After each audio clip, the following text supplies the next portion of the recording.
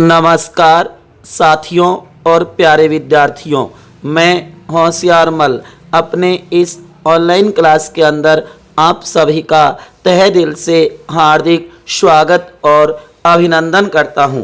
प्यारे विद्यार्थियों, सबसे पहले तो कहना चाहूँगा कि कदम दर कदम चलो ऐसे कि निशान बन जाए, काम करो ऐसा कि पहचान बन जाए। जिंदगी तो सब काट लेते हैं मगर जिंदगी जियो ऐसे कि मिसाल बन जाए। तो प्यारे विद्यार्थियों, अपने जीवन को इसी तरीके से जीना है कि किसी दूसरे के लिए वह मिसाल बन जाए। तो प्यारे विद्यार्थियों, हम बात कर रहे थे भारत की गैर संवैधानिक संस्थाएं या पद। उसी क्रम में आज हम बात करेंगे लोकायुक्त पद की, जो कि हमने पिछली क्लास के अंदर बात की थी लोकपाल पद की। जहां तक मैं उम्मीद करता हूं आपके अच्छी प्रकार से समझ में आया होगा लोकपाल का पद भारत में किस तरीके से बनाया गया, उसकी संरचना और उसके कार्यों के बारे में हमने विस्तार से देखा था। तो उसी क्रम में आज हम बात करेंगे लोकायुक्त की, जो कि राज्यों में होता है। तो ध्यान दो साथियों, केंद्र के लोकपाल की तर्ज पर राज्यों में भी मंत्रियों, सचिवों और अन्य विशिष्ट अधिकारियों के विरुद्ध शिकायतें सुनने के लिए भारतीय राज्यों में लोकायुक्त की नियुक्ति का प्रारंभ 1971 से हुआ। ये बात नोट करना है कि प्रारंभ कब से हुआ भारतीय राज्यों में लोकायुक्त पद का।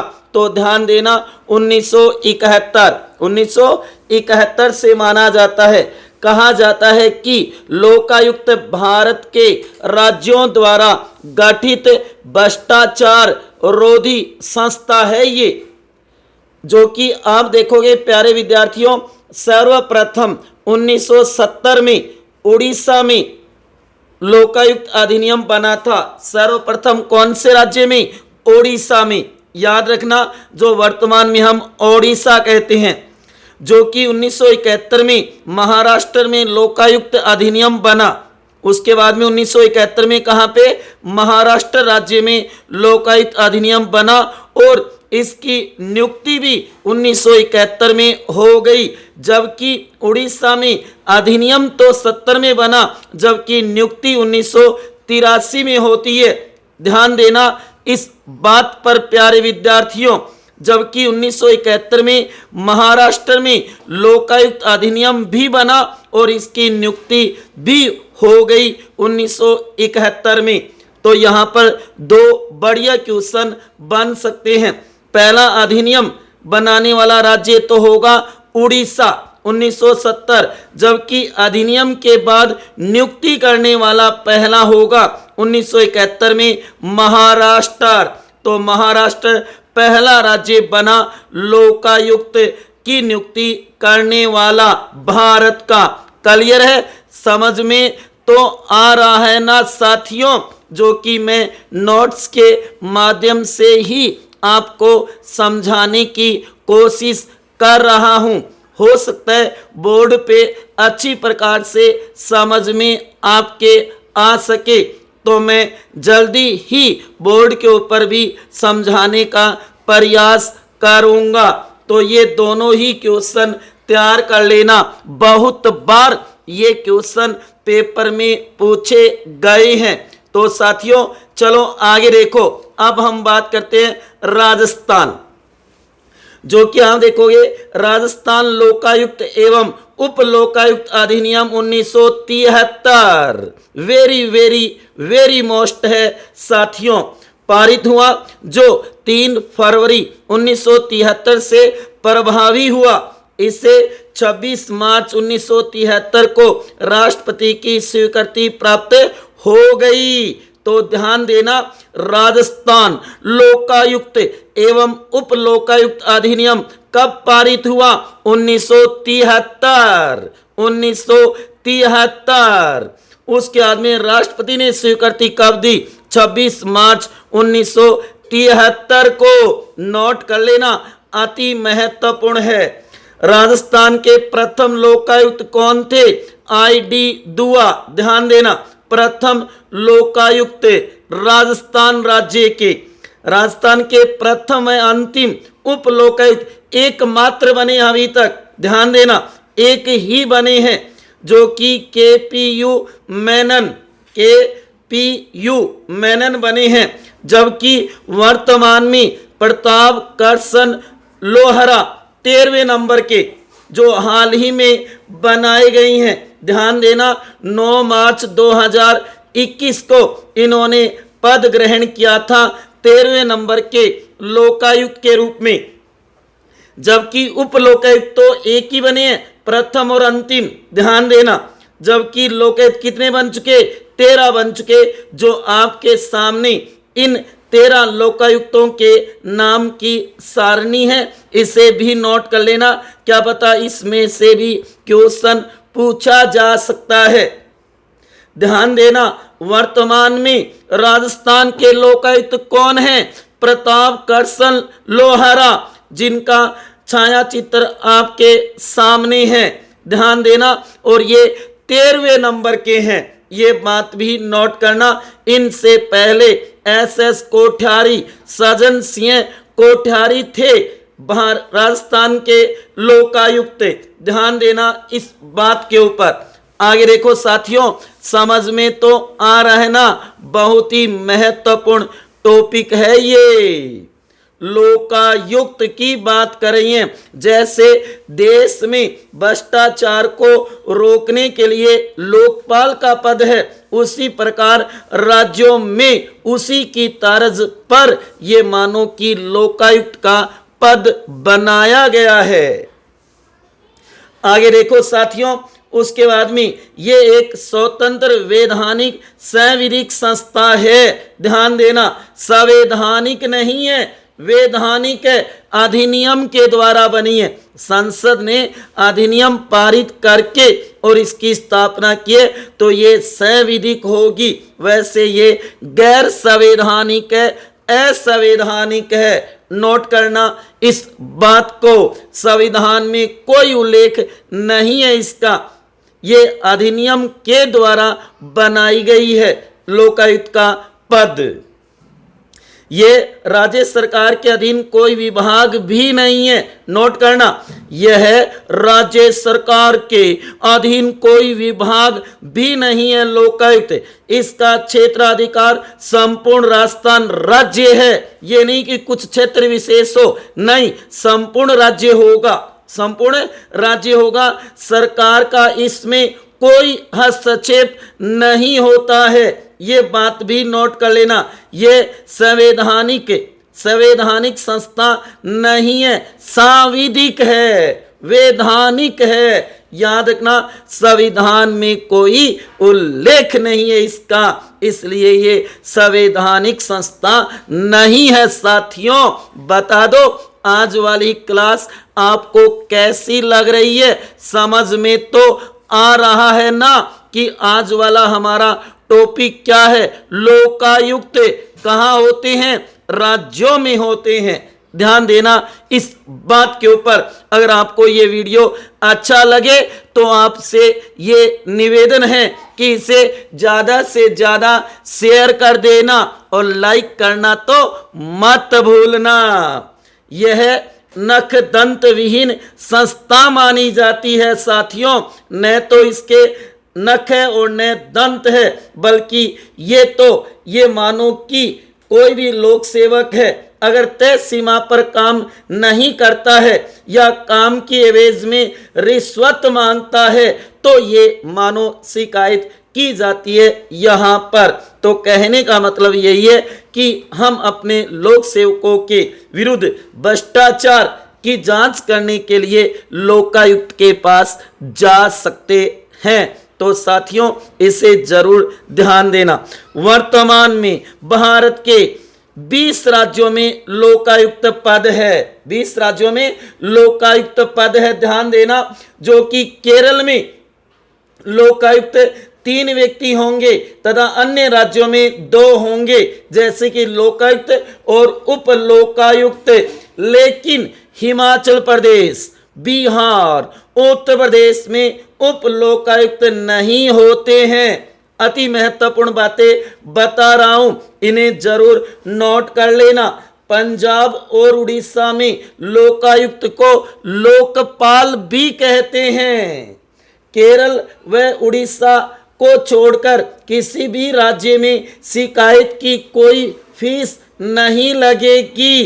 केरल में 500 रुपये है, ध्यान देना। जो कि केरल व उड़ीसा को छोड़कर किसी भी राज्य में अगर आप लोकायुक्त में शिकायत करते हो तो कोई भी फीस या शुल्क आपका नहीं लगेगा।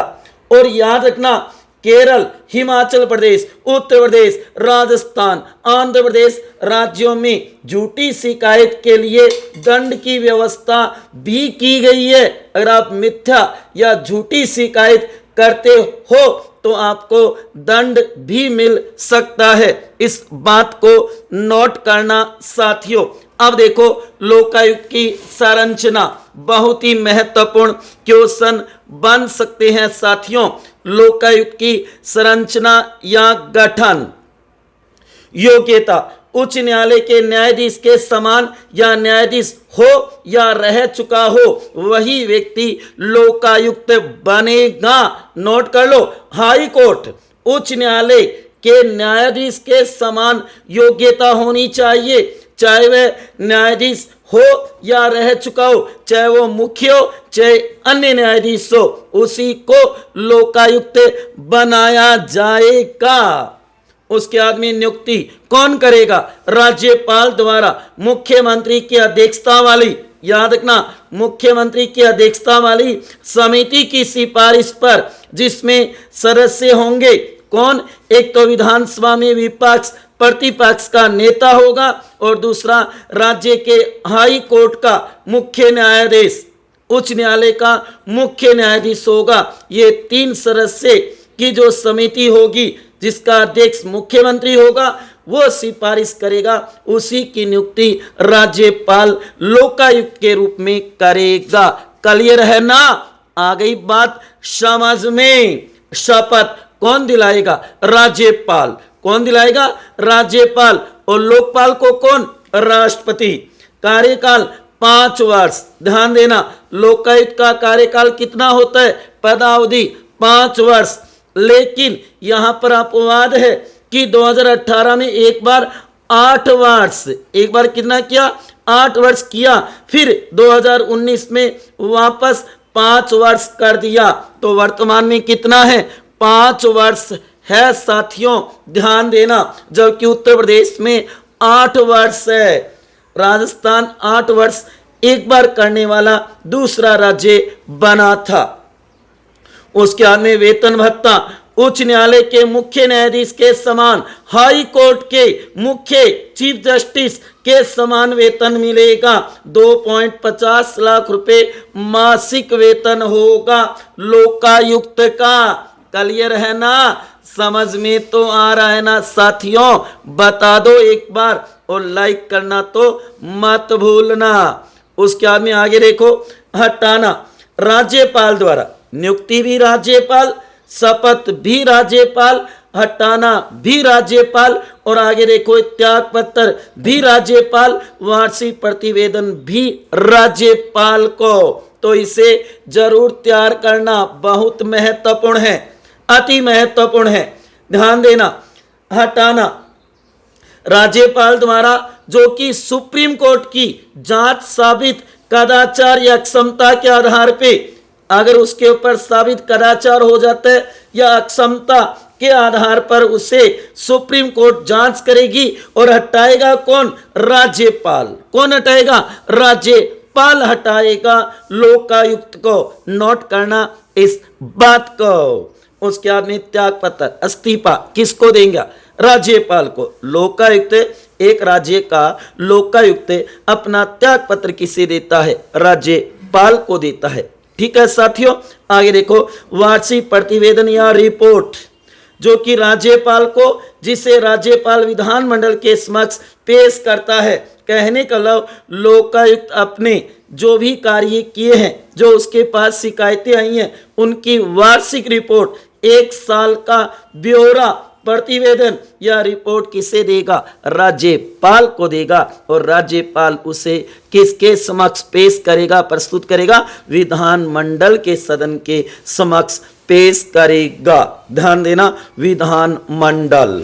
ठीक है। उसके बाद में कार्य व शक्तियां।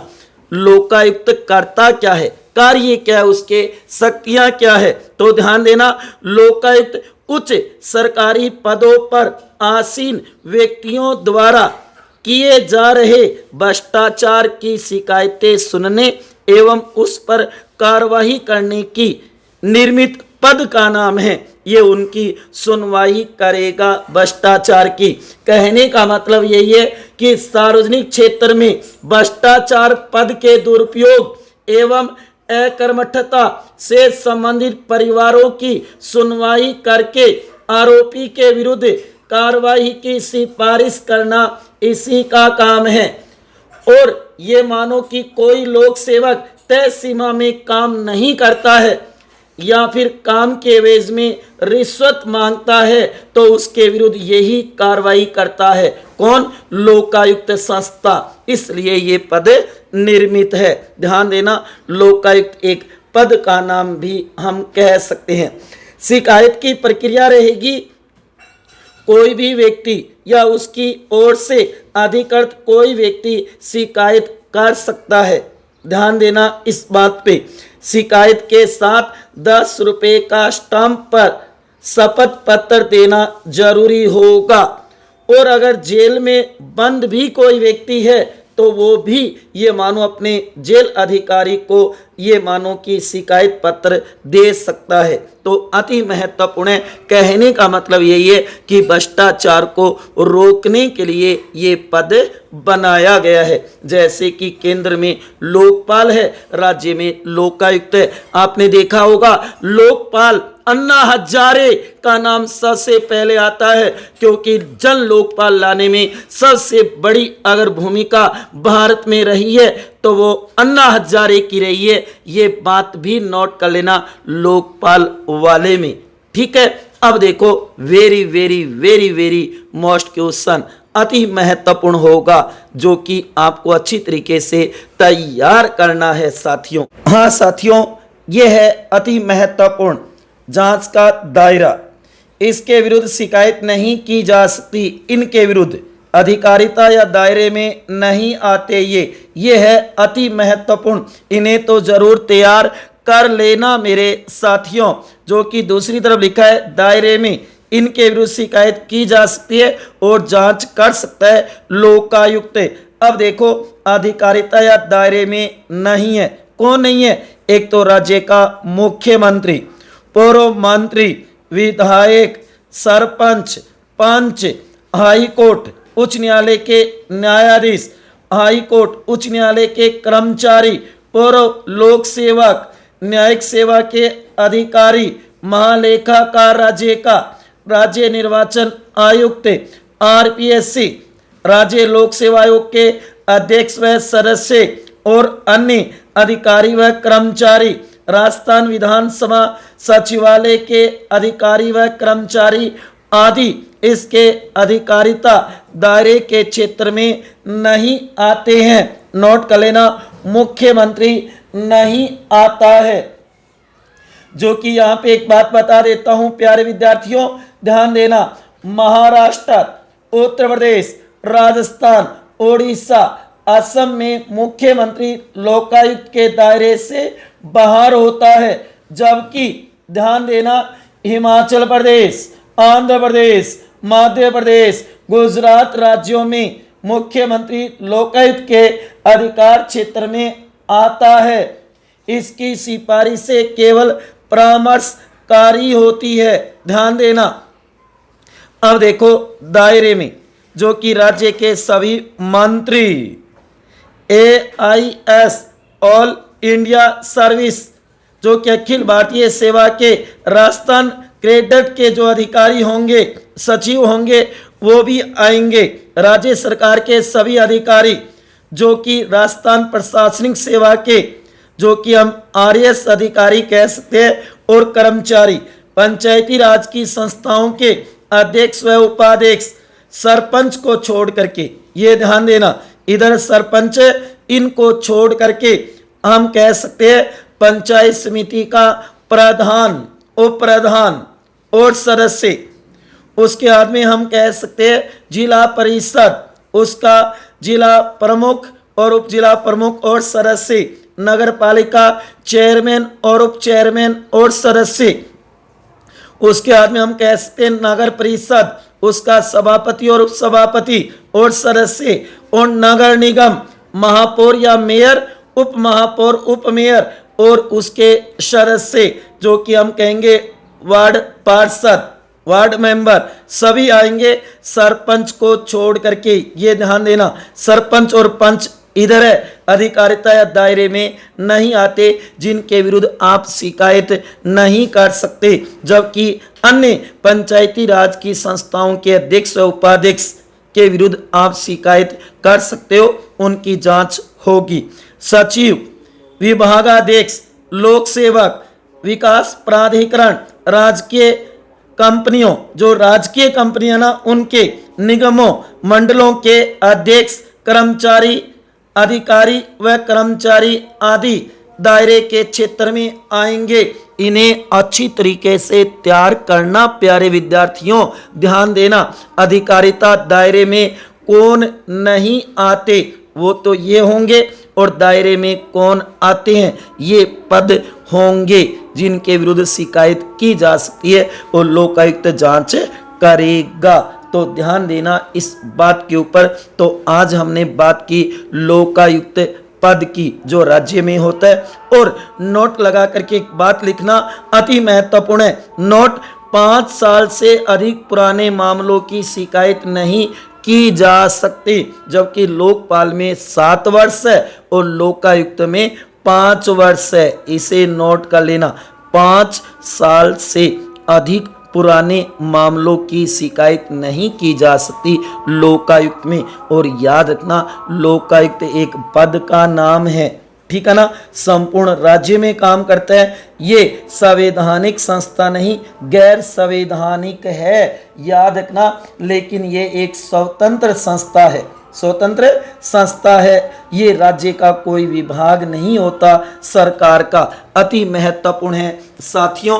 तो आज हमने बात की लोकायुक्त पद की। एक छोटा सा टॉपिक है लेकिन बहुत ही महत्वपूर्ण है। कई बार इसमें से क्वेश्चन पूछा जाता है। आरएस के, एसआई के, पटवार के सिलेबस में तो ये टॉपिक अलग से भी दे रखा है। राज्य का लोकायुक्त, लोकपाल और लोकायुक्त नाम से ये टॉपिक आपको सिलेबस में मिलेगा साथियों, ठीक है। तो उम्मीद करूंगा आपके अच्छी प्रकार से ये टॉपिक समझ में आया होगा, ठीक है। मिलते हैं अगली क्लास में, तब तक खुश रहिए, हंसते रहिए, मुस्कुराते रहिए, प्रेम से मस्त रहिए। अपना भी ध्यान रखिए और अपनों का भी ध्यान रखिए, ये समय बीत जाएगा। प्यारे विद्यार्थियों, युवा साथियों, घर में सुरक्षित रहिए, स्वस्थ रहिए और मस्त रहिए, हंसते खिलते रहिए। चिंता फिकर मत करो, ये समय, ये वक्त गुजर जाएगा साथियों, ठीक है। मिलते हैं अगली क्लास में एक नए टॉपिक के साथ। अगर आपको ये वीडियो अच्छा लगा है तो इसे ज़्यादा से ज़्यादा शेयर कर देना और लाइक करना तो मत भूलना। इसी के साथ जय हिंद, जय भारत, वंदे मातरम।